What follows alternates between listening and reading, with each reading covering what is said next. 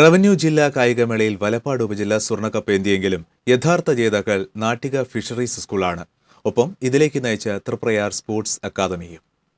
വലപ്പാട് ഉപജില്ലയ്ക്കായി കൂടുതൽ സ്വർണവും നേടിയത് നാട്ടിക ഗവൺമെന്റ് ഫിഷറീസ് സ്കൂളിലെ വിദ്യാർത്ഥികളാണ്.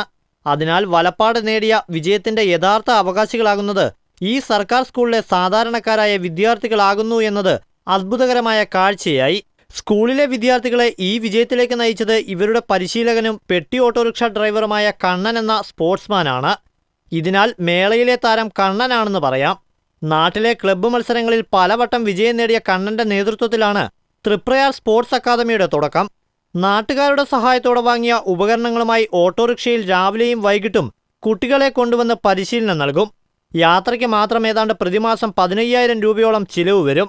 ഇതിന് നാട്ടുകാരുടെ അകമഴിഞ്ഞ സഹായവുമുണ്ട്. 30 കുട്ടികളാണ് സ്പോർട്സ് അക്കാദമിയിൽ പരിശീലനത്തിനെത്തുന്നത്. ഇതിൽ 21 പേർ ജില്ലാ കായികമേളയിൽ പങ്കെടുത്തു. 19 പേർ സ്വർണ്ണ നേട്ടം കൈവരിച്ചു.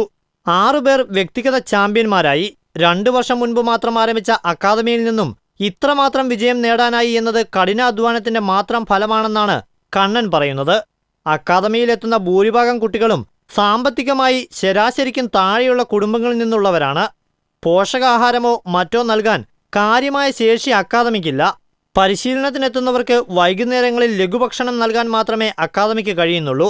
എങ്കിലും മേളയിൽ മികച്ച വിജയം നേടാനായി എന്നതിൽ ഇവർ ഏറെ സന്തുഷ്ടരാണ്. ജീവിക്കാൻ പെട്ടി ഓട്ടോ ഓടിക്കുകയും രാവിലെയും വൈകുന്നേരവും പരിശീലനത്തിന് കുട്ടികൾക്കൊപ്പം ചേരുകയും ചെയ്ത് കണ്ണൻ ഇവിടെ ദേശീയ നിലവാരത്തിലുള്ള താരങ്ങളെ സൃഷ്ടിക്കുകയാണ്. TCV news